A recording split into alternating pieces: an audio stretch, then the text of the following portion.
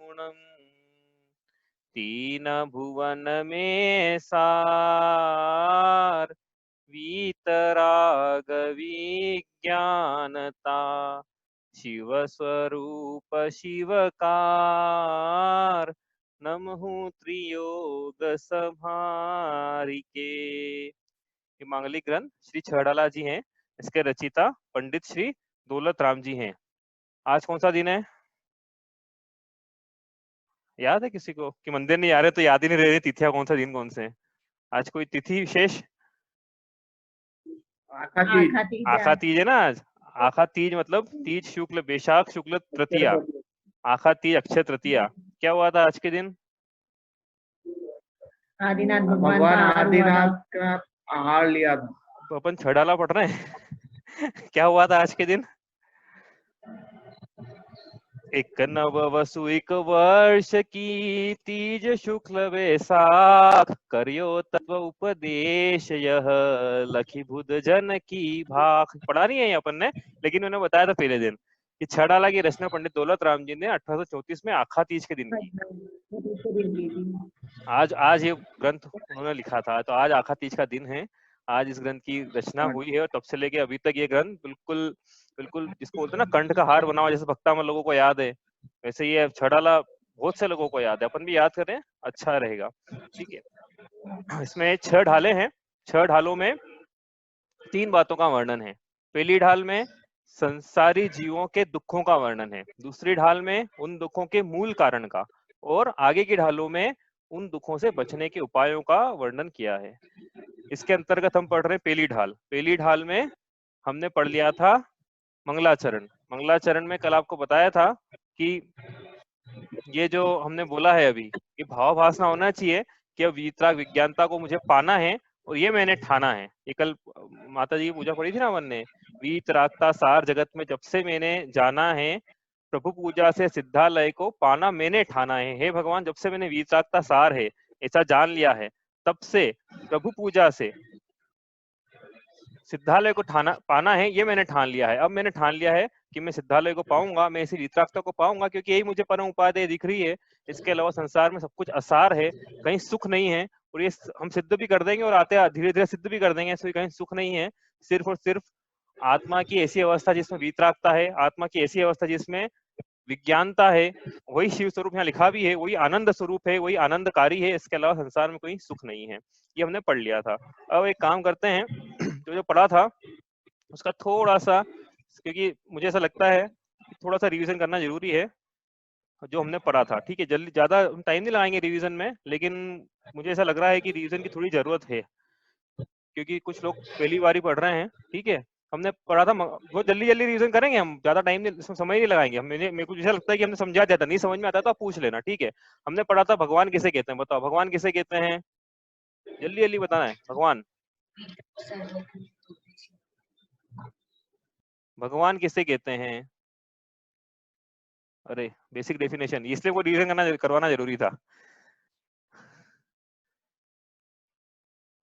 परिभाषा भगवान की, जो वीतरागी सर्वज्ञ है। हाँ, जो वीतरागी और सर्वज्ञ भगवान है, सीधी सी बात है, अभी पढ़ा तो था हमने। जो वीतरागी सर्वज्ञ है वो भगवान है, जो वीतरागी और सर्वज्ञ हैं। भगवान कितने प्रकार के होते हैं? नमोकार मंत्र में आया ना, नमोकार मंत्र का रिवीजन चल रहा है। भगवान कितने प्रकार के हैं? भगवान मूल रूप से 2 प्रकार के हैं, अरिहंत और सिद्ध भगवान। हाँ, तो दोनों वीतरागी हैं, दोनों दोनों सर्वज्ञ हैं। तो फिर दोनों में अंतर क्या है? बोलते जाओ। शरीरी अरिहंत भगवान शरीरी हैं और सिद्ध भगवान अशरीरी हैं। ये तो हो गया था और आपका। सिद्ध, हाँ बोलो बोलो। द्वारा जो हमें वाणी मतलब भगवान बताते हैं वो अरिहंत द्वारा ही मिलती है। सिद्ध भगवान मतलब सिद्ध भगवान ऐसा कुछ मतलब अरिहंत भगवान ही हमें ये नहीं है। ठीक है, अरिहंत भगवान हितोपदेशी हैं, सिद्ध भगवान हित का उपदेश नहीं देते, इतना अंतर है। ठीक है, अब सारे अरिहंत हित का उपदेश। आवाज नहीं आ रही है। आवाज नहीं आ रही है? आवाज तो इधर से तो पूरा, और भी किसी को नहीं आ रही क्या आवाज? इधर से तो कनेक्टेड है। पीयूष भी आवाज नहीं आ रही है। एक मिनट देखता हूँ मैं।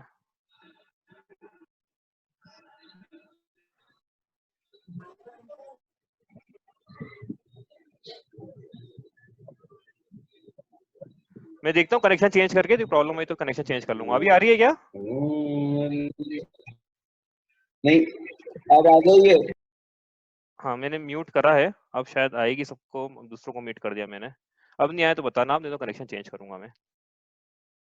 ठीक है, तो अब ये अरिहंत और सिद्ध ये तो हो गए कि अरिहंत भगवान जो है हित का उपदेश देते हैं। सभी अरिहंत हित का उपदेश है जरूरी नहीं है, लेकिन ऐसा प्राय होता है कि अरिहंत जो है हित का उपदेश देते हैं। कुछ अरिहंत बिना हित का उपदेश दिए भी मोक्ष चले जाते हैं। सिद्ध भगवान जो है उनके तो वचन योग्य नहीं पाया जाता है, इसलिए उनके हित का उपदेश देने का प्रश्न नहीं उठता है।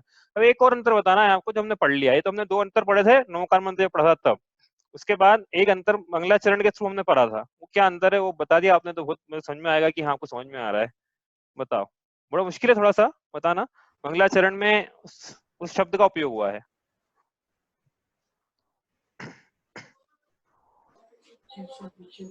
उस समय क्योंकि वो शब्द पता नहीं था अपने को, इसलिए अपन ने मंगलाचरण में पढ़ा नहीं था, अब पता है अपने को।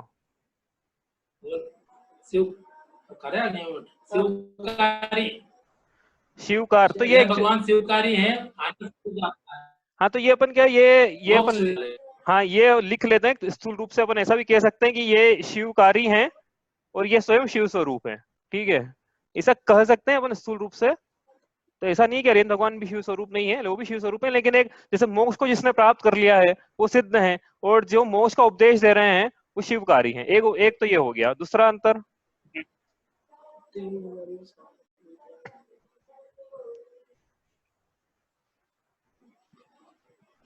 देखो मैं बताता हूँ, उसमें वचन, इसमें आपको अंतर बताना है जहाँ पे जिसको समझ में आ जाए, मैं हिंट देते जाता हूँ आपको। ठीक है, तो ऐसा है कि उसमें एक शब्द है नमो त्रियोग समार के, योग की परिभाषा बतानी है। कौन बताएगा योग की परिभाषा?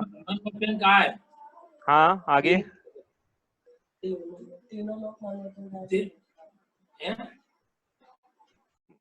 मन वचन का है आगे? त्रियोगी हैं इनके, हाँ उनको नमस्कार किया है इसलिए भगवान।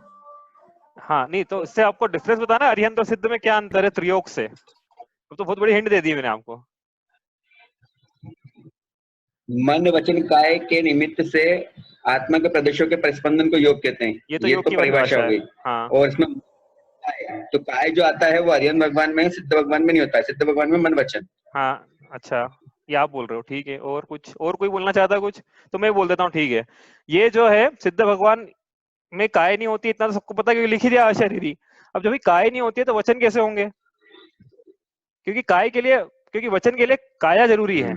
और मन को ही आगे देखेंगे हम लोग कि मन के लिए भी पुद्गल की वर्णना चाहिए, सिद्ध भगवान के वो भी नहीं है। तो इससे एक बात समझ में आती है कि अरिहंत भगवान के तो योग पाया जा रहा है, लेकिन सिद्ध भगवान के योगों का अभाव हो चुका है। इसलिए अरिहंत भगवान जो हैं, अब यहाँ पर लिख रहे हैं एक नया शब्द, सहयोगी। सिद्ध भगवान है अयोगी, जिसके योग नहीं पाया जा रहा है वो अयोगी। इसको ऐसा भी कह सकते हैं कि ये सहयोग केवली, सहयोग ये शब्द बाद में बार बार आएंगे, बाद में छड़ाला में पढ़ेंगे ना अपन गुणस्थान थोड़ा सा इसमें, तो ये गुणस्थानों के नाम है वैसे सहयोग केवली और अयोग केवली।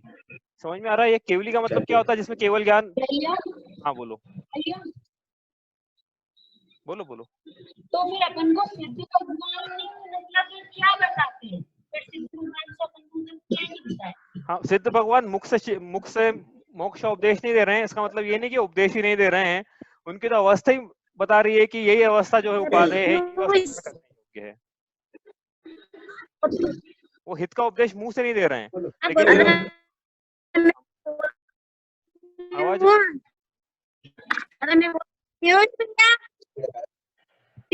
मम्मी दे रही है। मैं बोल रही हूँ कि जो सिद्ध भगवान है उन्हें तो 8 घाती कर्म खपा लिए, इसलिए वो सिद्ध हो गए। अभी अरिहंत ने तो 4 ही खपाए, 4 ही घाती कर्म, तो 8 घाती कर्म बताओ कौन से 8 घाती? हमारा ये बहुत अच्छा अंतर बताया। एक्चुअली पहला अंतर तो यही होना चाहिए था, बाकी अंतर तो मैंने लिखे हैं। पहला अंतर ये था, लेकिन उन्होंने बताया ही नहीं है। कारण ये है कि पता नहीं घातिया क्या होता है, घातिया क्या होता है, कर्म क्या होते हैं और निष्कर्म क्या होता है। बाकी अंतर वास्तव में पहला अंतर। हाँ, जो अपने जैन में क्रोध मोह मान यही सब हो क्या, राग द्वेष, ये सबसे परे हो गए वो पूरे। हाँ नहीं ये सब परे तो दोनों ही हो गए हैं, लेकिन घाती और अघाती कर्म में क्या अंतर है वो मैंने बताया। मैं तो ये कह रहा हूँ मैंने नहीं बताया है, तो मैं बाद में बताऊंगा इसको, इसलिए वो अंतर नहीं बताया। इसमें पंक्ति आएगी। भगवान भी सिद्ध होंगे सही, उनका पक्का है मतलब वो जो सिद्ध तो ठीक है, बंद हो गई। नहीं आ रहा है यार, बोलो, आ रही है, आवाज आ रही है, मेरी आवाज आ रही है कि कट कट के आ रही है? हो सकता है शनिवार रविवार को ज्यादा प्रॉब्लम आती हो। मेरी आवाज नहीं आ रही क्या?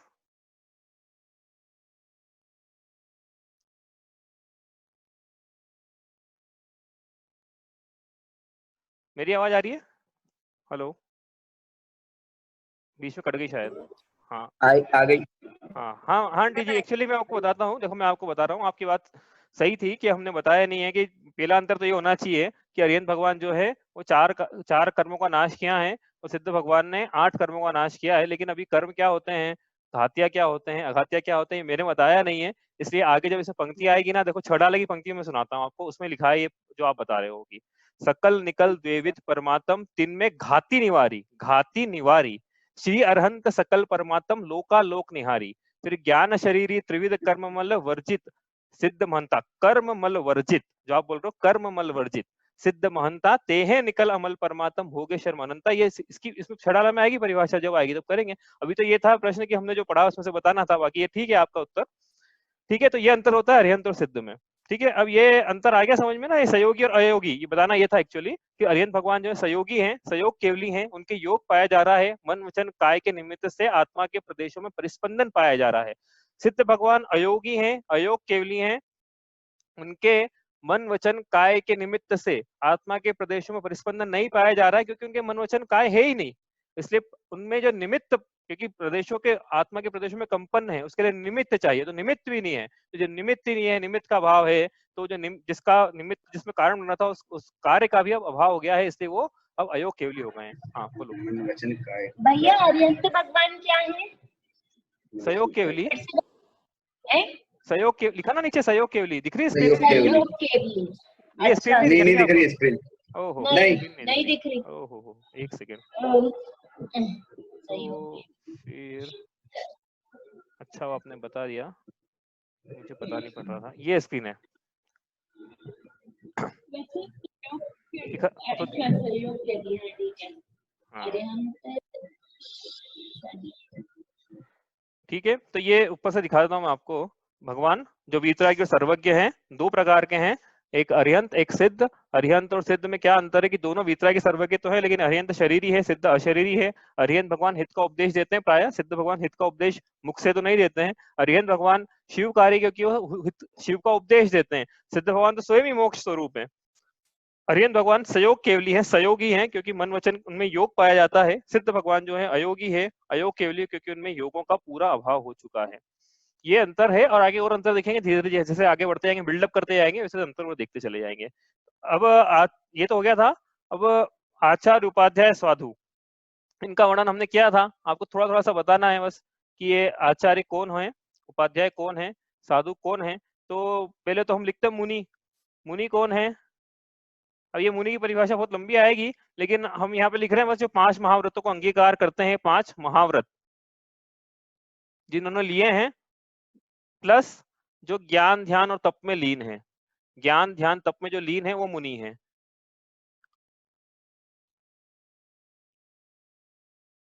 ठीक है, अब ये मुनि 3 प्रकार के, आचार्य उपाध्याय साधु। तो फिर ये आचार्य क्या करते हैं कि ये भी 5 महाव्रत के धारी, ये भी ज्ञान ध्यान तप में लीन। उपाध्याय ये भी 5 महाव्रतों को धारण किया है, ज्ञान ध्यान तप में लीन है। और फिर साधु ये भी 5 महाव्रतों के धारी है, अहिंसा महाव्रत, अचौर्य महाव्रत, सत्य महाव्रत, ब्रह्मचर्य महाव्रत और अपरिग्रह महाव्रत, ऐसे 5 महाव्रतों के धारी। इसका वर्णन आएगा 6 ढाल की 6ठी ढाल की पहली से तीसरी पंक्ति में, महाव्रतों का वर्णन, तो वो तो वही करेंगे अपन। लेकिन मुनि कौन है? 5 महाव्रत के धारी प्लस ज्ञान ध्यान तप में लीन। आचार्य कौन है? हम बताओ, किसको पता है क्या कि मैं लिखूं यहाँ पे? आप बताते जाओ, मैं लिखते जाता हूँ बाकी लोगों के लिए, क्योंकि आप बता नहीं रहे हो इतना इंस्टेंटली, इसका मतलब है कि अपने को याद नहीं हुआ अभी।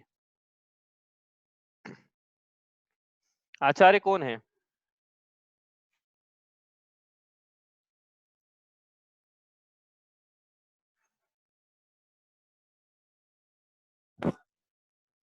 जो मुनियों को शिक्षा दीक्षा जो हाँ हेलो हाँ हाँ सही आ गया, आवाज आ गई आपकी। जो मुनियों को शिक्षा, किसी को भी मुनि को दीक्षा नहीं देंगे भाई, मुनि को दीक्षा दे चुके। जो जीवों को दीक्षा देते हैं और शिक्षा देते हैं और प्रायश्चित देते हैं, प्रायश्चित जो आचार्यों हैं। और हाँ बोलो। जो संघ के वो भी होते संघ के लिखा नायक। ना, हाँ ये लिखा ना, स्क्रीन दिख रही ना आपको, नीचे लिखा मैंने, दिख रही ना, नीचे लिखा हुआ मैंने, संघ के नायक और जो शिक्षा दीक्षा प्रायश्चित देते हैं वे आचार्य हैं, या जो अपने ज्ञान दर्शन का आचरण करते हैं, जो अपने आत्मा के शुद्ध स्वरूप का आचरण करते हैं, क्योंकि आचार्य लिखा ना, आचरण करे जो आचार्य, किसका आचरण करते हैं, अपनी शुद्धात्मा का आचरण करते हैं। शुद्धात्मा मतलब अपने शुद्ध ज्ञान का, शुद्ध दर्शन का जो आचरण करते हैं वो आचार्य है। उपाध्याय, उपाध्याय किसे कहते हैं? जो स्वयं चालू करना, चालू है, जो स्वयं अध्ययन करते हैं और अपने साथी जीवों को पढ़ाते हैं। हाँ, जो द्वादशांग के पाठी हैं, अध्ययन में मतलब पहले ये देखना कि अध्ययन तो हम भी करते हैं, तो जो द्वादशांग के पाठी हैं, जो पूरे श्रुत के 12 अंग होते हैं, श्रुत में अपन आगे देखेंगे जिनवाणी के 12 अंग हैं, तो 12 अंग के जो पाठी हैं वो उपाध्याय कहलाते हैं, पहला। दूसरा, अभी द्वादशांग वर्तमान में उपलब्ध नहीं है, ऐसा आगे कभी बताएंगे, तो भी वर्तमान में फिर को कैसे कहेंगे उपाध्याय? जिस जो उपलब्ध श्रुत है, ऐसा सुना है मैंने, पढ़ने में नहीं आया ऐसा, प्रमाण सागर जी ने बताया ऐसा, कि जो वर्तमान में श्रुत उपलब्ध है, उस समस्त श्रुत के जो पाठी हैं वो फिर उपाध्याय, उनको उपाध्याय हम आचार्य पद प्रदान करते हैं। ठीक है, तो इस प्रकार से वो द्वादशांग के पाठी हैं और फिर क्या करते हैं वो भी शिक्षा का कार्य करते हैं। साधु कौन है? अब जो आचार्य नहीं है, जो उपाध्याय नहीं है, वो साधु हैं। तो साधु फिर कौन हुए? कि तो नास्ति से वचन हुआ, अस्थि से कौन है साधु? हाँ, जो ज्ञान ध्यान तप में लीन है, 5 महाव्रत के धारी हैं। और आगे और भी कहने वाले 28 मूल गुणों के धारी है, ये सब मैंने अभी पढ़ा नहीं, 28 मूल गुण 5 महाव्रत, तो अभी तो मैंने शॉर्ट में लिख दिया है। ठीक है, और एक्चुअली 3 इसमें और भी कुछ लिख सकते हैं हम 28 मूल गुणों में, लेकिन अभी तो 5 महाव्रत ज्ञान ध्यान तप, ये मूल जो प्रयोजन था, मूल जो होती है दीक्षा, वो हमने यहाँ लिखी। तो ये मुनि, आचार्य, उपाध्याय, साधु, 3 प्रकार के। ठीक है, ये समझ में आ गया, तो अपन आगे चलते हैं। अब इसमें भूलना मत, आपसे कोई पूछे कि उपाध्याय कौन है, तो बोलना द्वादशांग के पाठी। बोले आचार्य कौन है?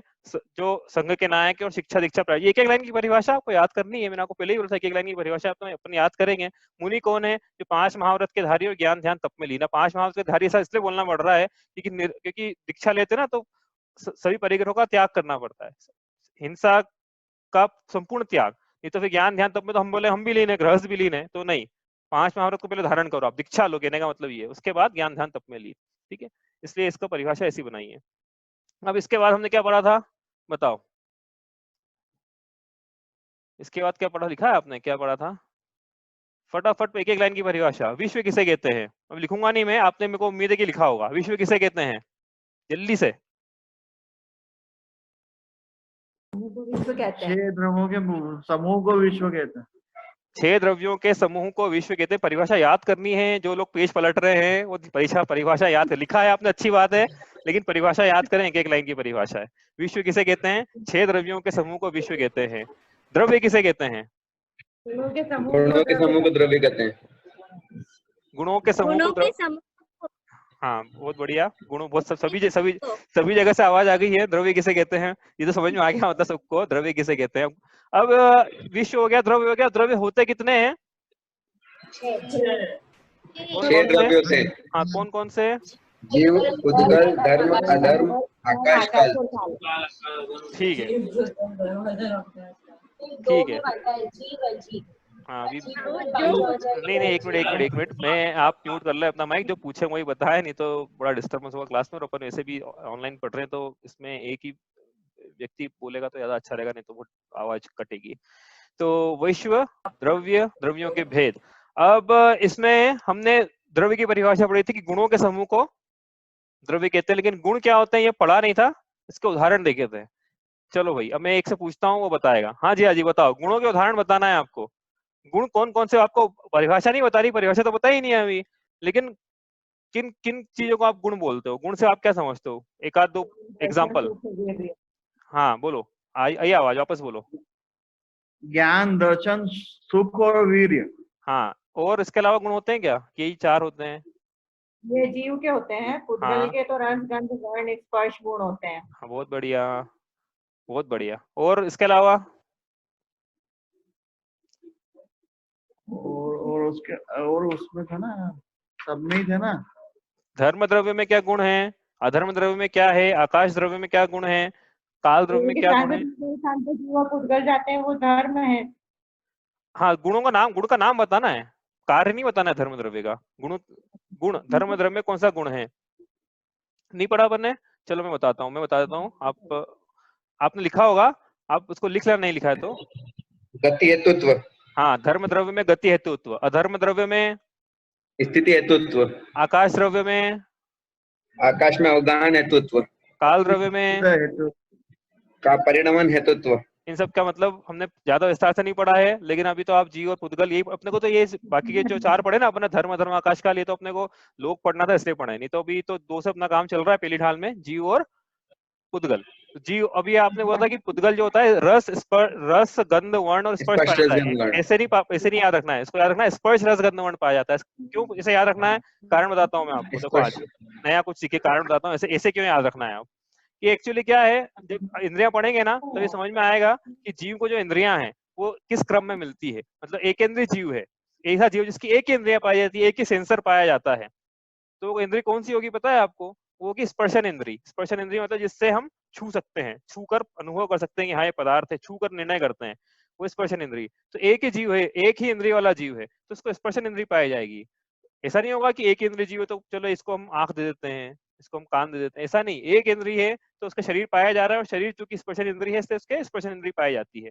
दो इंद्रिय जीव है तो उसके नियम से स्पर्शन और रसना इंद्रिय पाई जाती है। ऐसा नहीं होगा, यही क्रम है। दो इंद्रिय जीव तो स्पर्शन प्लस रसना, तीन इंद्रिय जीव है स्पर्शन रसना घ्राण, चार इंद्रिय है स्पर्शन रसना घ्राण चक्षु। तो इसलिए क्योंकि इस क्रम में इंद्रियां मिली है, इसलिए जो स्पर्श रस गंध वर्ण है क्रम भी इसी प्रकार से याद रखना है। आपको क्रम याद होने में दिक्कत हो रही हो तो यहाँ नीचे, यहाँ हाथ रखना अपने छाती पे, ये स्पर्श, फिर थोड़ा हाथ ऊपर ले आना, रस थोड़ा और हाथ ऊपर ले आना, गंध थोड़ा और हाथ ऊपर ले आना, वर्ण, और यहाँ फिर ले आना कर्ण। इस प्रकार से ऑर्डर है स्पर्श रस गंध वर्ण का। ये तो इंद्रियों का बताया मैंने, मतलब इनके जो विषय है उनका ऑर्डर स्पर्श रस गंध वर्ण। तो ये गुणों के हमने वो पढ़ लिए थे एग्जाम्पल, लेकिन आप गुण कहते किसे हैं, अब ये परिभाषा आज पढ़ेंगे, गुण किसे कहते हैं। जो द्रव्य की संपूर्ण अवस्थाओं में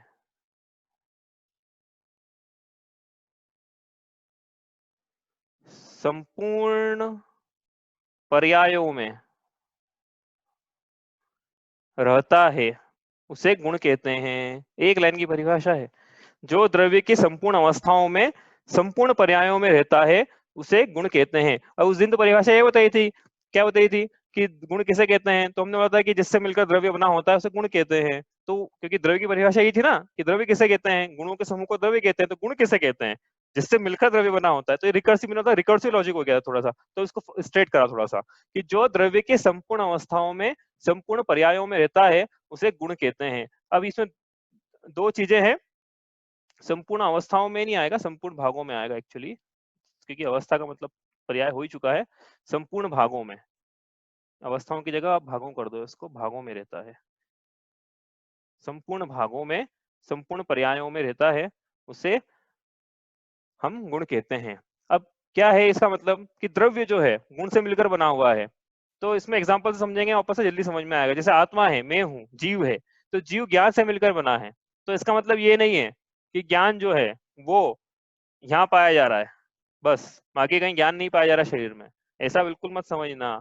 आत्मा जो है क्योंकि ज्ञान से मिलकर बना हुआ है, इसलिए वो ज्ञान जो है प्रत्येक प्रत्येक हर चप्पे चप्पे पर जहां जहां आत्मा है वहां वहां ज्ञान पाया जा रहा है, क्योंकि उससे मिलकर ही बना है। तो इसका अभाव कर देगा तो फिर द्रव्य का अभाव हो जाएगा ना।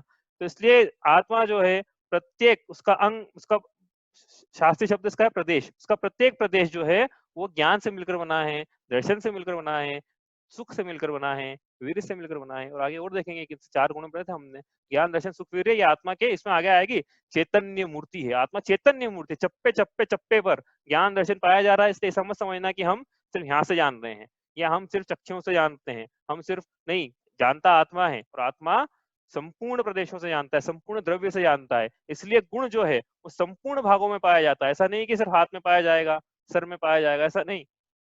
तो जैसे मैंने आत्मा के लिए लिया वैसे आप पुद्गल के लिए लेना। पुद्गल जो है वो स्पर्श रस गंध वर्ण से मिलकर बना है, तो स्पर्श रस गंध वर्ण पुद्गल के प्रत्येक भाग में पाया जाएगा, क्योंकि गुण है उससे मिलकर बना हुआ है, उसका अभाव कर देंगे तो द्रव्य का अभाव हो जाएगा।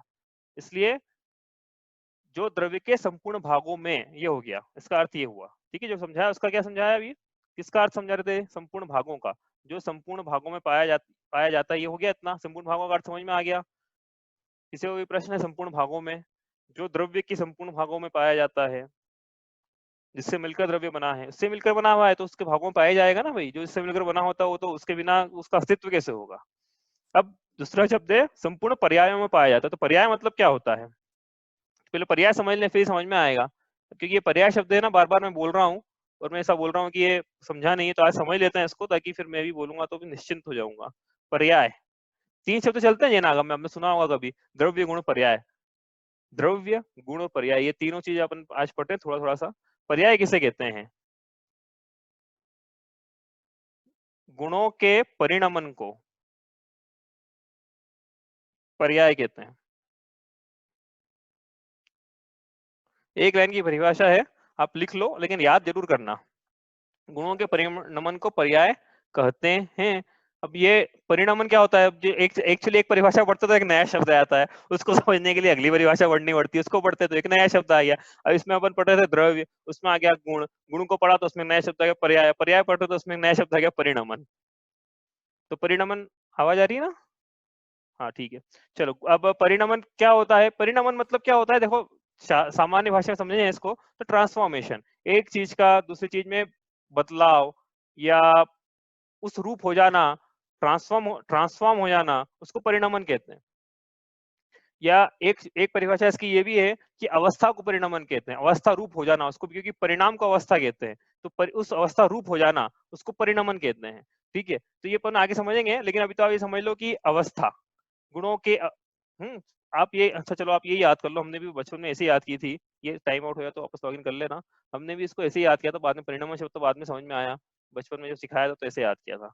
गुणों की अवस्था को पर्याय कहते हैं, अवस्था, गुणों की अवस्था को पर्याय कहते हैं।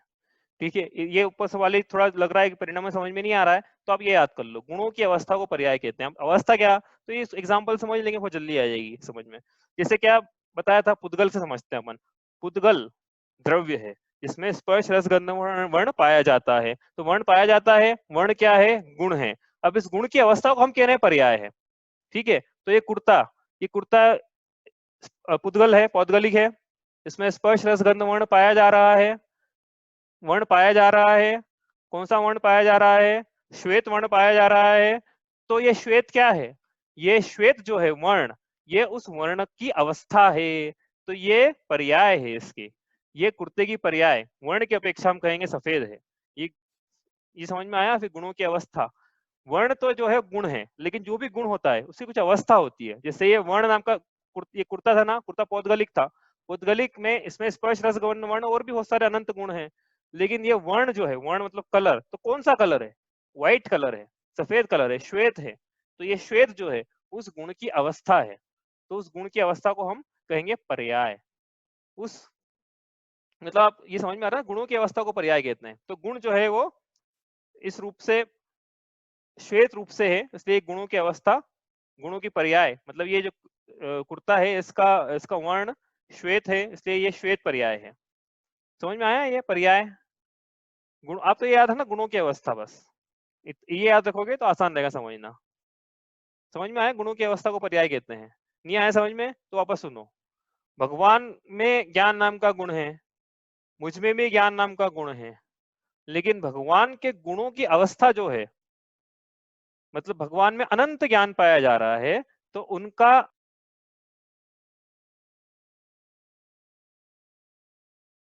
आवाज नहीं आ रही है,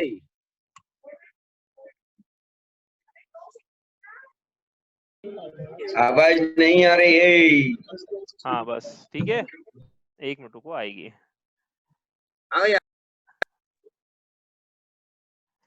ठीक है, अब आ रही ना। तो अपन कहाँ थे, ये स्क्रीन पे थे, तो हम बात कर रहे थे भगवान की। भगवान में भी ज्ञान नाम का गुण है, मुझ में भी ज्ञान नाम का गुण है, तो फिर अंतर क्या है? पर्याय का अंतर है। उनका जो ज्ञान नाम का गुण है उसमें अनंतता पाई जा रही है, मुझ में जो ज्ञान नाम का गुण है उसमें अल्पज्ञता पाई जा रही है। वो सर्वज्ञ हैं, उनके गुणों की अवस्था, उनके ज्ञान गुण की अवस्था वो सर्वज्ञता लिए हुए है। मेरे ज्ञान गुण की अवस्था ये अल्पज्ञता लिए हुए है। ये अंतर है दोनों में। अब आया अंतर समझ में? तो हम द्रव्य से, अब देखो एक बात समझ में आती है यहाँ से, इसका क्या मतलब हुआ? यदि पर्याय समझ में आ गया तो इसका ये मतलब है कि हम द्रव्य से तो भगवान है, लेकिन पर्याय से भगवान नहीं है। मतलब क्या हुआ? दो बातें हो गई ना अब तो, एक द्रव्य, दूसरा द्रव्य की अवस्था। क्योंकि गुणों की अवस्था को हमने पर्याय कहा था, तो गुणों से मिलकर द्रव्य बना हुआ है, इसलिए द्रव्यों की अवस्था, गुणों की अवस्था जो है वही द्रव्य की अवस्था है। इतना समझ में आ रहा है ना? जो गुणों की अवस्था है वही द्रव्य की अवस्था है। तो दो चीजें हो गई फिर, एक होगी द्रव्य और एक द्रव्य की अवस्था। तो द्रव्य जो है मेरा और भगवान का, आपका और भगवान का, वो एक ही है, एक ही जैसा है। आपका आत्मद्रव्य जिन गुणों से मिलकर बना हुआ है, भगवान का आत्मद्रव्य भी उन्हीं गुणों से मिलकर बना हुआ है। गुण तो दोनों में समान है। जिनसे मिलकर बना है उनको गुण बोल रहे हैं यहाँ पे, आप कुछ और मत समझना। जिनसे मिलकर वो बना हुआ है उसको गुण, द्रव्य जिससे मिलकर बना हुआ है, किससे मिलकर बना हुआ है? तो जिससे भी मिलकर बना है उसको हम गुण बोल रहे हैं। Ingredients, constituents. तो वो जो कंस्टिट्यूएंट्स हैं, इंग्रेडिएंट्स हैं किसके? मेरे और भगवान के आत्मद्रव्य के। वो तो एक ही हैं, एक जैसे ही हैं, एक ही हैं, एक ही प्रकार के हैं, लेकिन फिर भी मैं भगवान नहीं हूँ और वो भगवान है। तो फिर को कंप्लेंट नहीं करना चाहिए मंदिर में जाके भगवान से कि भगवान ये तो बड़ा अन्याय है। कैसा अन्याय है? कि जिनसे मिलकर मैं बना हुआ हूँ उनसे मिलकर आप भी बने हुए हो, तो आप तो मोक्ष मजे लूट रहे हो और हम संसार में रूल रहे हैं। ये कैसा न्याय है? बड़ी विचित्र बात नहीं है कि एक वही, मतलब जो मैं हूँ वही वहां है गुणों की अपेक्षा, तो वो तो फिर वो तो सर्व सुखी और हम संसार में दुखी हो रहे हैं। तो ये अंतर क्या है? अंतर क्यों है फिर? तो उस अंतर समझ में आता है कि उन्होंने तो गुणों को शुद्ध कर लिया है, शुद्ध पर्याय, शुद्ध अवस्था प्रकट कर ली है। यानी शुद्ध अवस्था मतलब शुद्ध पर्याय प्रकट कर लिए, क्योंकि गुणों की अवस्था को हम पर्याय कह रहे हैं, मतलब उनके गुण जो है शुद्ध हो चुके हैं और हमारे गुण अभी भी पर्याय अपेक्षा से अशुद्ध हैं। ये समझ में आ रहा है ना कि नहीं आ रहा है?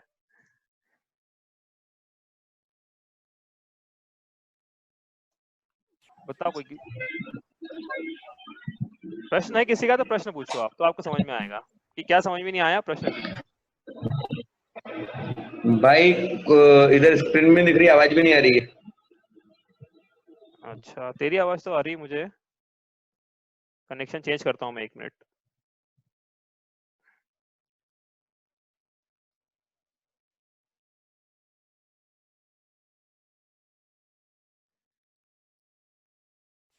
हाँ, मैंने कनेक्शन चेंज किया है, अभी आ रही है। तो मुझे पता नहीं कहाँ ब्रेक हुई थी आवाज।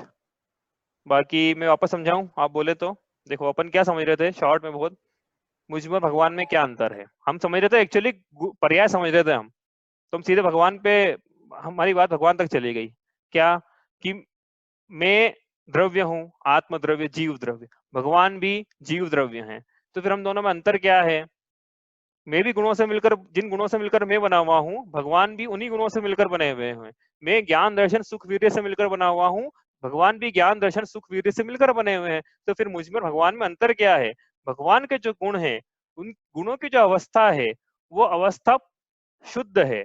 मैं जो गुण हूँ, उन जो गुणों की अवस्था है, उन गुणों की अवस्था अभी शुद्ध नहीं है। ये अंतर है।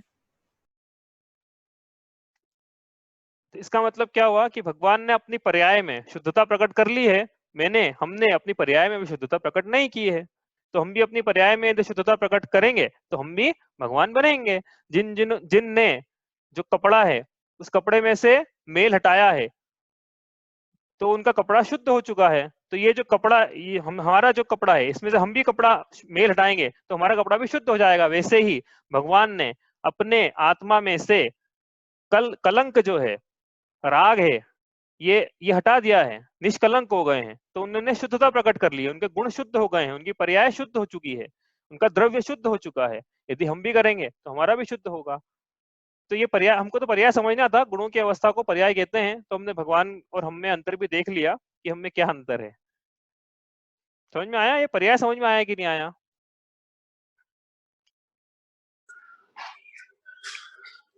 जी जी। हाँ, अगर शुद्ध भी हो जाते हैं अपनी पर्याय तो भी वो परिणमन तो होता ही होगा ना उनमें। हाँ, शुद्ध सिद्ध भगवान में परिणमन हो रहा है कि नहीं हो रहा है, ये इनका प्रश्न है कि सिद्ध जो भगवान है उनकी पर्याय शुद्ध हो गई है तो उनका परिणमन तो रुक जाना चाहिए, क्योंकि हम तो एक अशुद्ध अवस्था दूसरी अशुद्ध अवस्था को प्राप्त कर रहे हैं। अब उन जिन्होंने शुद्ध अवस्था ही प्राप्त कर ली है उनकी गुणों का परिणमन नहीं होना चाहिए। गुणों की अवस्था तो एक्चुअली ऐसा नहीं है कि सिद्ध भगवान में परिणमन नहीं होता है। एक एग्जाम्पल देके आगे बढ़ते हैं, अभी विषय नहीं है इसका, बस उदाहरण देके समझ लेते हैं इसको कि जैसे हम बोल रहे हैं कि सिद्ध भगवान अनंत ज्ञानी है, तीनों कालों को जानते हैं, ठीक है, प्रति समय जान रहे हैं। तो आज जान रहे हैं कि आखा तीज है, कल जानेंगे कि वैशाख शुक्ल चतुर्थी है, तो उनके ज्ञान का परिणमन हुआ कि नहीं हुआ, ज्ञान की अवस्था बदली कि नहीं बदली। पहले कुछ और जान रहे थे कि आज भरत क्षेत्र में आखा तीज है, कल भरत क्षेत्र में ये रहेगा, या अभी 8:44, 1 मिनट बाद 8:45, तो ये उनका ज्ञान बदल रहा है कि नहीं बदल रहा है, अवस्थाएं बदल रही है कि नहीं बदल रही, मतलब उनका परिणमन हो रहा है कि नहीं हो रहा है। मतलब और एक्चुअली क्या है, द्रव्य में से यदि परिणमन को हटा देंगे ना तो द्रव्य की सत्ता ही खत्म हो जाएगी, अभी बाद में समझेंगे। लेकिन अभी तो इतने समझ लो कि सिद्ध भगवान में भी परिणमन उनके शुद्ध अवस्था में, तो फिर आप बोलोगे कि शुद्ध अवस्था तो है तो शुद्ध से क्या अशुद्ध हो जाते हैं क्या, तो नहीं, एक शुद्ध अवस्था से दूसरी शुद्ध अवस्था, दूसरी शुद्ध अवस्था से तीसरी अवस्था, शुद्ध शुद्ध शुद्ध शुद्ध, प्रति समय शुद्ध, प्रति समय नई नई शुद्ध अवस्था। लेकिन ये जो नहीं है, ये इसकी जाति वैसी है जैसी पुरानी शुद्ध की थी, लेकिन फिर भी है नया। जैसे ट्यूबलाइट में से प्रकाश आ रहा है, प्रति समय नया नया प्रकाश आ रहा है, ये समझ कि पुराना प्रकाश चल रहा है। यदि पुराना चल रहा होता तो फिर एक काम करो, ट्यूबलाइट को चालू करो 1 मिनट के लिए, बंद कर दो फिर। अब आप बोलो कि पुराना प्रकाश आएगा तो आता रहना चाहिए ना, लेकिन ऐसा नहीं होता है, तो और कंज्यूम हो रहा है, हर समय नया प्रकाश आ रहा है, लेकिन वैसे ही आ रहा है जैसा पहला था, तो हमको समझ में नहीं आ रहा है।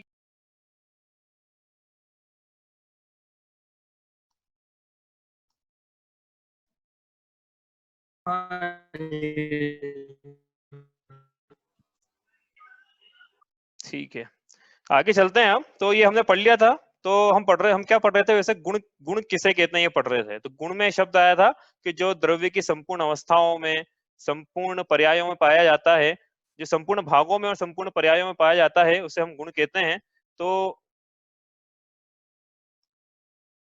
फिर एक सेकंड स्क्रीन शेयर करना है मुझे। तो पर्याय का अर्थ समझ में आ गया है, तो गुण का अर्थ समझ में आ जाएगा कि जो गुण है वो संपूर्ण पर्यायों में पाया जाता है, क्योंकि गुणों की अवस्था ही तो पर्याय है। इससे जिस भी अवस्था में द्रव्य जाएगा उस पर्याय में उसका गुण भी जाना ही पड़ेगा, नहीं तो वो फिर पर्याय होगी किसकी, गुण की तो पर्याय है, द्रव्य की तो पर्याय है वो, है ना। और ऐसे द्रव्य गुण को इंटरचेंजली यूज कर रहे हैं हम लोग, आप कहीं द्रव्य बोलते हैं कहीं गुण बोलते हैं, तो इसलिए वो ऐसा कर रहे हैं, इसलिए कर रहे हैं कि द्रव्य जो गुणों से मिलकर बना हुआ है, इसलिए जहाँ द्रव्य बोला वो हम गुण भी बोल सकते हैं, क्योंकि द्रव्य गुण से मिलकर बना हुआ है। इसलिए द्रव्य की पर्याय बोले या गुण की पर्याय बोले, जब द्रव्य की पर्याय बोली तो संपूर्ण द्रव्य की हो गई, गुण की बोली तो उस स्पेसिफिक गुण की हुई, इस प्रकार से। और नहीं समझ में आया तो अपन कल परसों इसका रिवीजन करेंगे, फिर और समझ में आएगा। आप इसके बारे में विचार करना कि क्या कहना चाह रहे हैं यहाँ पे। आप तो 2 परिभाषा याद रखना बस। पहली, गुण किसे कहते हैं, जो द्रव्य के संपूर्ण भागों और संपूर्ण पर्यायों में रहता है। संपूर्ण भागों में कैसे रहता है हमने देख लिया, संपूर्ण पर्यायों में हम देख रहे हैं। और पर्याय किसे कहते हैं, गुणों की अवस्था को या गुणों के परिणमन को हम पर्याय कहते हैं। ठीक है, ये आप 2 बातें याद रखना, फिर इसका विचार करना बार बार, तो आपको ये याद होंगी, समझ में आएगा, शब्दों से परिचय होगा। फिर जब शब्दों से परिचय हो जाएगा तो कल वापस से नए सिरे से इसको वापस पढ़ेंगे हम लोग। अभी आगे चलते हैं हम पढ़ रहे थे, इतना तो रिविजन हुआ। इसमें हमने और भी पढ़ा था कि लोक क्या होता है, 3 लोक किसे कहते हैं। मुझे ऐसा उम्मीद है कि आपको याद होगा, उसको बार बार रिवाइज नहीं करते हैं क्योंकि उसका विषय भी लंबा है और बाद में आएगा भी सही। अब हम आगे चलते हैं इसमें, एक सेकेंड। अब हम पढ़ रहे थे, मंगलाचरण हमारा हो गया था, हमने शुरू किया था दूसरा इसका छह ढाला का पहली ढाल का पहला छंद। इसको पढ़ते हैं एक बार, फिर इसका अर्थ करेंगे। जे त्रिभुवन में जीव अनंत, सुख चाहे दुख ते भयवंत, ताते दुख हारी सुखकार, कहे सीख गुरु करुणाधार। इसका अर्थ किया था कल, सामान्य अर्थ कि इस त्रिभुवन में, इन तीनों लोकों में अनंत जीव हैं जो सुख चाहते हैं, दुख से भयभीत रहते हैं। चालू करना पड़ेगा यार। अरे वो लाई क्या?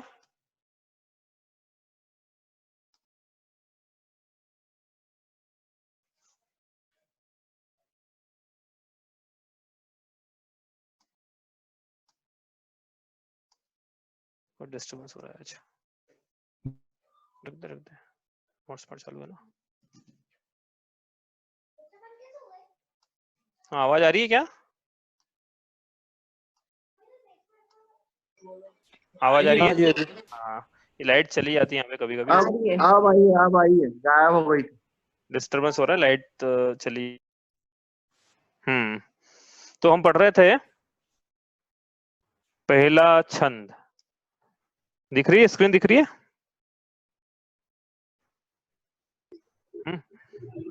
अभी नहीं आई, आ गई। हाँ और आवाज आ रही है ना?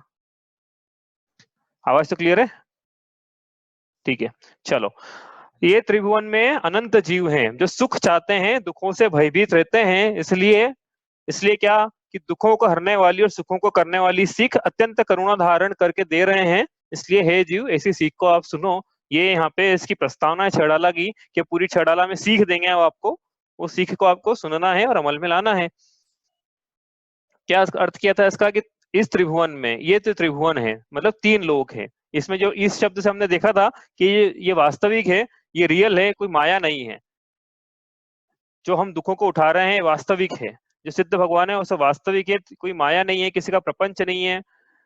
त्रिभुवन इसका अर्थ हमने किया था। तो इस त्रिभुवन में संपूर्ण लोक में जो जीव हैं, संपूर्ण लोक में, ऐसा नहीं कि हमारे मध्य लोक में हम जहाँ विराजमान है यही है जीव, ऊपर भी है, नीचे भी है और तिर्यक लोक में भी है, सभी जगह ये जीव। और आगे देखेंगे ये जब हम एकेंद्र जीव पढ़ लेंगे कि ये जो लोक है ये जीवों से ठसाठस भरा हुआ है।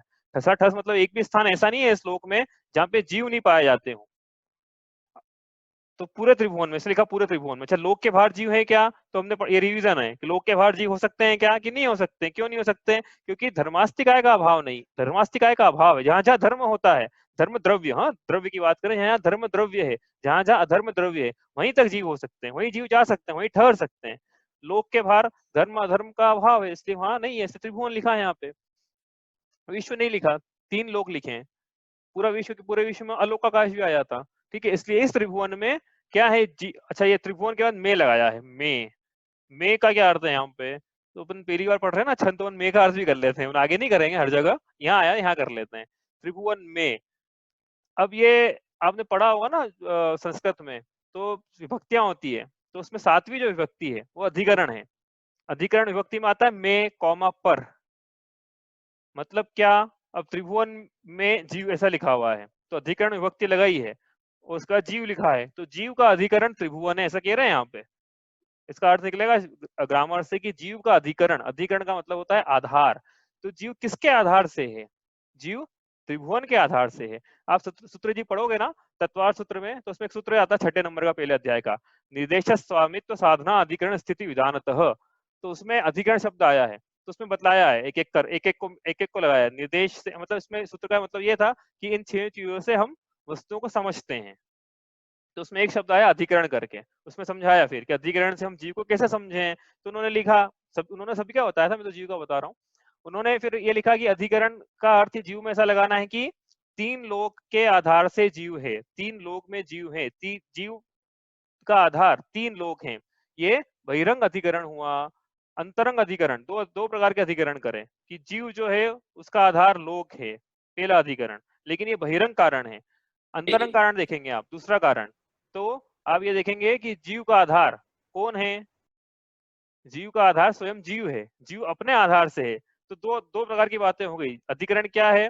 बहिरंग अधिकरण, अंतरंग अधिकरण। तो बहिरंग अधिकरण जीव का 3 लोक है, अंतरंग अधिकरण मेरा आधार मैं स्वयं हूँ। मैं मुझे ऐसा नहीं कि मुझे अपने अस्तित्व के लिए किसी दूसरे के आधार की जरूरत है। मेरे में अस्तित्व नाम का गुण पाया जाता है। अस्तित्व नाम का गुण अभी पढ़ेंगे भी, 6 सामान्य गुण पढ़ना है जीव द्रव्यों के, वो पढ़े नहीं है, लेकिन मुझ में अस्तित्व नाम का गुण पाया जाता है। और ये अस्तित्व नाम के गुण के कारण मेरा अस्तित्व हमेशा बना रहता है, इसलिए मैं ही मेरा आधार हूँ। मुझे कोई मार नहीं सकता, मुझे कोई जन्म नहीं दे सकता, मेरा कभी क्षय नहीं हो सकता है, और मैं कभी उत्पन्न भी नहीं हुआ था। मेरा, क्योंकि मुझ में अस्तित्व नाम का गुण पाया जाता है, मेरा आधार मैं स्वयं हूँ। ठीक है। तो जे त्रिभुवन में जीव, जीव क्या होते हैं? जीव को हमने कल देखा था, जिसमें ज्ञान, दर्शन, सुख, वीर्य पाया जाता है, 4 गुण जिसमें पाए जाते हैं।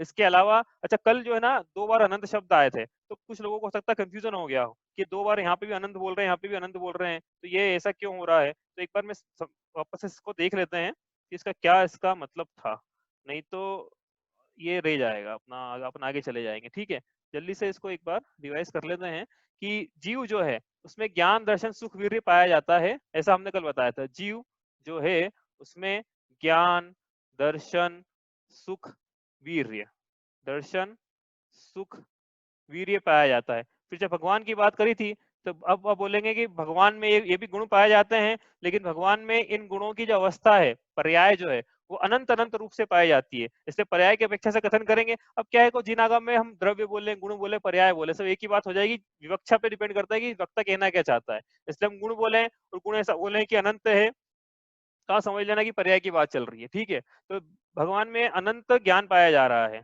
ठीक है, गुणों की अवस्था ऐसी पाई जा रही है, गुणों की पर्याय ऐसी पाई जा रही है कि अनंतता लिए हुए है, तो ज्ञान कैसा है? अनंत। ठीक है, इसी प्रकार दर्शन जो है वो अनंत, भगवान की बात की थी हमने, है ना, और उनमें अनंत, भगवान में अनंत सुख पाया जा रहा है, भगवान में अनंत वीर्य पाया जा रहा है, हमें अनंत नहीं पाया जा रहा, मैंने अभी बताया। तो हमारे गुणों की हमें ये अनंत रूप से नहीं है, उनमें अनंत रूप से है। तो ये 2 चीज हो गई थी, लेकिन फिर ये बाद में ये बोला था कि ये भी अनंत और ये भी अनंत है, तो हो सकता है यहाँ कंफ्यूज हो गया, यहाँ कंफ्यूजन हो गया होगा क्या कहना चाह रहे हैं। तो ये जो जीव के गुणों की लिस्ट बनाई है, ये 4 गुण ही नहीं है उसमें, ज्ञान, कौमा, दर्शन, कौमा, सुख, कौमा, वीर्य, कौमा कौमा कौमा, जैसा भी बोला अस्तित्व, ऐसा बहुत सारे आएंगे, अनंतों की लिस्ट, अनंत गुणों की लिस्ट बनेगी। तो ये तो गुणों की लिस्ट भी अनंत है, लेकिन भगवान की जो गुणों की लिस्ट है वो तो अनंत है ही, और उसमें से जो गुण है वो भी अनंत अनंत है। जैसे ज्ञान, दर्शन, सुख, वीर्य, कौमा, ऐसी लिस्ट उनकी भी बनेगी भगवान की, क्योंकि वो भी, उनका इंग्रेडिएंट भी वही है जो मेरा है, मेरा इंग्रेडिएंट भी वही है जो उनका है, लेकिन उनके गुणों की अवस्था, गुणों की पर्याय, वो पर्याय में अब शुद्धता प्रकट हो गई है, अनंतता प्रकट हो गई है। अब ये शुद्धता मतलब अनंतता कैसे होता है, ये अपन आगे देखेंगे। कोई ये बोल सकता है ना शुद्धता का मतलब अनंतता कैसे ले रहे हो, तो देखेंगे अभी, क्योंकि कर्म पढ़ना पड़ेंगे अपने को, इसके लिए ज्ञानावरण क्या होता है पढ़ना पड़ेगा, तो समझ में आएगा कि जब ज्ञानावरण ही नहीं है तो फिर ज्ञान को रोकने वाला कुछ कोई बचा ही नहीं, तो इसलिए अनंत ज्ञान प्रकट हुआ। ठीक है, लेकिन वो पढ़ा नहीं है अभी। तो अनंत ज्ञान, अनंत दर्शन, अनंत सुख, अनंत वीर्य, और ऐसे अनंत भगवान की वैसे अनंत की लिस्ट बनेगी अनंत तक। तो हमने हमारी भी लिस्ट अनंत तक बनाई है, लिस्ट मतलब 1 2 से नंबरिंग करेंगे ना, 1 2 3 4, तो यहाँ पे अनंत आएगा, यहाँ पे 1 2 3 4 अनंत आएगा। ठीक है, लेकिन यहाँ पे भी अनंत लिखा है। ठीक है, तो ये अनंत क्या है कि ये जो ज्ञान गुणों की पर्याय है वो भी अनंत रूप से, ये अंतर था। ये कर हो सकता है किसी को 2 बार अनंत बोला तो समझ में नहीं आया, इसलिए मैंने आज इसको क्लियर कर दिया। आपको कोई प्रश्न हो तो इसमें से पूछ लेना, आप अपना आगे चलते हैं। ठीक है, यहाँ हुआ था अपना जे त्रिभुवन में जीव अनंत, ये तो अपना हो गया था। थोड़ा रिवीजन हुआ आज, समझ में आया हमको कि समझ में आ रहा है, और रिवीजन की बार बार जरूरत लगती रहेगी, इसलिए रिवीजन भी चलता रहेगा। अब देखो, इसके बाद बहुत काम की बात लिखी पंडित जी ने, बहुत ही काम की बात है। क्या चाहते हैं हम, मैं क्या चाहता हूँ, जो हम, मैं अपने लिए मैं बोल रहा हूँ, अपने लिए मैं समझना, क्योंकि ऐसा नहीं लिखा कि जीव तो भैया बेंगलोर के जीव ये चाहते हैं, इंदौर के जाते हैं, ऐसा कहाँ लिखा, पूरा जीव, समस्त लोग, मनुष्य भी हो, देव भी हो, नारकी भी हो, तिरंच भी हो, कोई भी जीव हो, वो क्या चाहता है, क्या चाहते हैं हम। तो देखो लिस्ट बनाए अपन, हम क्या चाहते हैं। तो मैं क्या चाहता हूँ, मैं रुपया चाहता हूँ, मैं पैसा चाहता हूँ, मैं सोना चाहता हूँ, चांदी चाहता हूँ, घर, मकान, दुकान, सुंदर स्त्री, आज्ञाकारी पुत्र, निरोगी काया, स्वस्थ सभी परिवारजनों की स्वस्थता चाहता हूँ। तो ये लिस्ट बनेगी अपनी कि हम ये चाहते हैं। ठीक है, लेकिन अब इसके पीछे आप कारण देखोगे कि क्यों चाहते हैं हम सुख, क्यों ये पैसा क्यों चाहते हैं हम, क्योंकि हमारी ऐसी बुद्धि है कि हम पैसा देकर वस्तुएं खरीदेंगे। ठीक है, तो वस्तुएं क्यों चाहते हैं, फिर घर खरीदेंगे, मकान खरीदेंगे, बड़ी गाड़ी खरीदेंगे, क्यों चाहते हैं हम, क्योंकि ये जो है, ये हमको इसमें सुख की बुद्धि है। हम खाना खाना चाहते हैं, तो हम ऐसा मान रहे हैं कि खाना खाने से हम सुखी हो जाएंगे, पैसा चाहते हैं हम सुखी हो जाएंगे। कुछ भी आप लगा लें, जो भी मैंने नाम लिए हैं अभी तक, बार बार नाम क्या लो परिग्रहों के, अपन जो भी हम मैंने नाम लिए हैं सबके, ये हम क्यों चाहते हैं कि हम सुखी होना चाहते हैं। आप सब में अंडरलाइन जो कारण है, तो मूल कारण की बात करते हैं यहाँ पे हम, जो मूल चीज है यहाँ पे कि हम ये सब क्यों चाहते हैं। हम सुखी होना चाहते हैं, और हमको ऐसा लगता है कि ये सारे वस्तुएं, जिसको हम परिग्रह बोल रहे हैं बार बार, चारों ओर से जोड़ने का भाव, उसको परिग्रह बोलते हैं। तो ये जो हम चारों ओर से जोड़ने का भाव रख रहे हैं सब में, वो इसलिए जो रख रहे हैं क्योंकि हमारी इसमें सुख की बुद्धि है। तो अंडरलाइन कारण क्या हुआ फिर ये सब जोड़ने का, कि हम सुख चाहते हैं। कोई भी चीज उठा के देखना, कोई भी चीज संसारी, कोई भी, हम कोई दान भी दे रहे हैं ना तो उसमें हमारी सुख की बुद्धि है। आप बोलोगे हमने दान दिया तो हमारा क्या, हमारा तो उल्टा कम हुआ, लेकिन नहीं, इसको देखना आप, ध्यान देना आप, तो उसमें हमारी सुख की बुद्धि है कि हम जो हैं हम सुखी होना चाहते हैं, इसलिए हम दान दे रहे हैं। और भी सारी चीजें लगा लेना, हम जो भी परिग्रहों के नाम लिए हैं मैंने, जो नहीं भी लिए वो भी लगा लेना कि हम जो चाहते हैं ये हम सुखी होना चाहते हैं, इसलिए हम इसको जोड़ रहे हैं। तो हमारे रूट में क्या है, रूट में जो इच्छा है वो सुख को पाने की है, वस्तुएं पाने की इच्छा नहीं है हमारी। आपको ऐसा लगता है कि वस्तुएं पाना चाहते हैं, नहीं नहीं नहीं नहीं, हम सुखी होना चाहते हैं। हम वस्तुएं हो या नहीं, हमको कोई फर्क नहीं पड़ता है, आप देख लेना, कोई फर्क नहीं पड़ेगा वस्तु है या नहीं है, लेकिन हमारी क्या अंतरंग में अनुभूति है, हमारे अंतरंग में क्या परिणाम है। यदि सुख रूप है तो वस्तु हो नहीं हो फर्क नहीं पड़ता, और वस्तु होने पर भी यदि दुख रूप परिणाम है तो हमें दुख की अनुभूति है। तो वस्तुओं में सुख दुख नहीं, हम ये तो बाद में सिद्ध करेंगे वस्तुओं में सुख दुख नहीं है, लेकिन हमारी क्या अनुभूति है, हम वो उसकी बात चल रही है कि हम जो है, हमारी जो लालसा है वो सुख की है। ऐसा ये कहना चाह रहे हैं, सुख चाहें, सुख की इच्छा है। और जो भी कार्य किए ना अभी तक जीव ने, आप ये ध्यान देना, जब से जीव है, आप जब से मानो, जब से मैं, अब ये जैसे जो मिथ्या दृष्टि है, जीव है, मिथ्या दृष्टि मतलब जिसकी मान्यता विपरीत है, वो तो ये मानेगा कि जब से मेरा जन्म हुआ, मम्मी पापा ने जन्म दिया, तब से मैं हूँ, तो तब से ले लो चलो थोड़ी देर के लिए। तो जब से लेके अभी तक जो भी कार्य किए हैं मैंने, जो भी कार्य किए हैं, उनके पीछे एक ही मकसद था, एक ही उद्देश्य था, वो था सुख की प्राप्ति। मुझे कैसे भी करके सुख मिले बस। इसमें रसगुल्ला खाने में सुख है तो रसगुल्ला खाऊंगा, जो भी विषय भोगने में सुख है तो विषयों को भोगूंगा, और भी जो भी काम करना है, मंदिर भी जाना है तो मेरी सुख की बुद्धि है, स्वाध्याय करना है सुख की बुद्धि है, विषयों को भोगना है सुख की बुद्धि है, सोना है सुख की बुद्धि है, जागना है, हर कार्य में आप देखना उसके पीछे अंडरलाइंग रीजन जो है सुख की प्राप्ति है। बार बार इसलिए बोल रहे हैं कि आपको समझ में आ जाए कि हाँ मैं सुख चाहता हूँ, मैं रुपया पैसा नहीं चाहता हूँ, धन दौलत नहीं चाहता हूँ, समाज में प्रतिष्ठा नहीं चाहता हूँ। वो सब क्यों चाहता हूँ, उन सब के पीछे कारण ये था कि उनमें मेरे को लगता है कि इनमें सुख है, सब में ये मिलेगा मेरे को तो मैं सुखी हो जाऊंगा, इसलिए मैं चाहता हूँ। अभी साबित कर देंगे कि सुख मिलेगा कि दुख मिलेगा, अभी मेरे के आचार्य साबित कर देंगे, और आपको समझ में आ रहा है कि इसमें सुख होता तो फिर मैं आचार्य का नाम लेना नहीं चाहता हूँ। मैं जो भी आचार्य, आप जिसको भी आचार्य मान रहे हैं अभी, आपके जो श्रद्धे हैं उनका नाम लेके आप बोलना कि फिर यदि इनमें सुख था तो फिर ये दुखी होना चाहिए, महान दुखी होना चाहिए, इनके पास आचार्य भी नहीं है और हम तो करोड़पति बन के बैठे हैं, तो ये दुखी होना चाहिए फिर। तो अभी समझ में आ जाएगा। इसी विषय तो मैं हाथ भी नहीं लगा रहा हूँ अभी कि सुख है कि नहीं, लेकिन मैं तो ये देख रहा हूँ कि मुझे क्या चाहिए, मेरा एजिस क्या है, सुख है, सुख चाहता हूँ, ये मेरी अभिलाषा है, ठीक है। और क्या चाहता हूँ मैं, अब सुख चाहता हूँ तो एक्चुअली क्या है, ये दोनों चीजें साथ में चलती है। कुछ शब्द ऐसे जो साथ में चलेंगे, जैसे राग द्वेष, जब जब राग पाया जाएगा तब तब द्वेष पाया ही जाएगा। क्यों ऐसा होता है, क्योंकि जिनसे राग पाया जा रहा है उनको नष्ट करने वाले साधनों से मुझे द्वेष पाया जाएगा, ठीक है। ये बाद में और समझ लेंगे। लेकिन यदि मैं सुख चाहता हूँ तो इसका मतलब है कि मैं दुखों से भयभीत रहता हूँ, दुखों से मुझे डर लगता है। दुख मुझे, ऐसा कोई जीव है जीव संसार का जैसे दुख चाहिए, अपने में से कोई है क्या कि मुझे दुख चाहिए, मुझे दुखी हो रहा है, अच्छा लगता है मुझे दुखी होने में। जो मेसोचिस्ट करके शायद शब्द है, मेसोचिस्ट मतलब वो लोग जो कि पीड़ा, स्वयं को पीड़ा देकर एंजॉय करते हैं। तो आप बोलेंगे वो जो लोग हैं ना वो दुख चाहते हैं, लेकिन वो भी दुख नहीं चाहते हैं, वो दुख अपने को पीड़ा क्यों दे रहे हैं, क्योंकि वो उनमें उनकी सुख की बुद्धि है, वो एंजॉय करते हैं। मैंने बोला ना उनको मजा आता है, अपने को पीड़ा देने में मजा आता है उनको।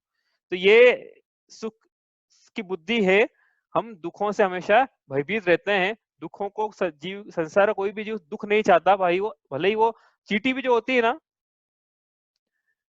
चींटी के सामने उसको ऐसा लगता होगा कि मेरी अवस्था दुख रूप है, आप उसके सामने एक लाइन खींच दो पानी की तो सुसाइड नहीं करेगी उसमें कि जाके सुसाइड कर लूं मैं उसके अंदर, क्योंकि उसको पानी दुख रूप पानी की धार है दुख रूप लगती है और अपना रास्ता बदल रही। चींटी भी है, कोई भी हो संसार का प्राणी, चींटी का उदाहरण दिया मैंने, कोई भी संसार का प्राणी हो वो दुखों से भयभीत रहता है, और मैं भी उसमें शामिल हूँ। मैं भी मुझे दुख नहीं चाहिए, मुझे सुख चाहिए। तो फिर सुख किसमें है, सुख का मार्ग क्या है, दुख किसमें है, और दुखों को कैसे हम कम करें, हटाएं, पूरा इसका मार्ग जो है ये भगवान बताएंगे। ऐसे लिखा आगे कि दुख को हरने वाली और सुख को देने वाली ऐसी शिक्षा, कि जो आप दुख नहीं चाहते हो तो ठीक है, हम ऐसा मार्ग बताएंगे कि आपको दुख नहीं हो। आप सुख चाहते हो तो हम ऐसा मार्ग बताएंगे जिससे जो सुखकारी हो वास्तव में। ऐसा नहीं कहा यहाँ पे, ये ऐसा मार्ग बताएंगे जिससे धनोपार्जन हो, क्योंकि ऐसा पहले ही बोल दिया कि हम सुख चाहते हैं, धन मिले या नहीं मिले उससे कोई मतलब नहीं, हमको तो सुख चाहिए। तो सुख कैसे मिलेगा उसकी यहाँ शिक्षा देंगे। आगे आएगी। शिक्षा क्या है ये तो अभी छड़ाला ग्रंथ की प्रस्तावना है। ठीक है, अभी आपको इसमें कोई किसी को प्रश्न हो तो आप पूछ लीजिए, नहीं तो आज यहीं तक करते हैं। बताइए, किसी का कोई प्रश्न है?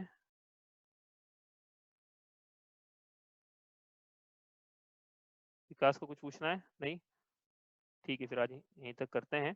जावाणी के ज्ञान ते सूझे लोकालोक, सोमाणी मस्तक नमो सदा देत हूँ धूप।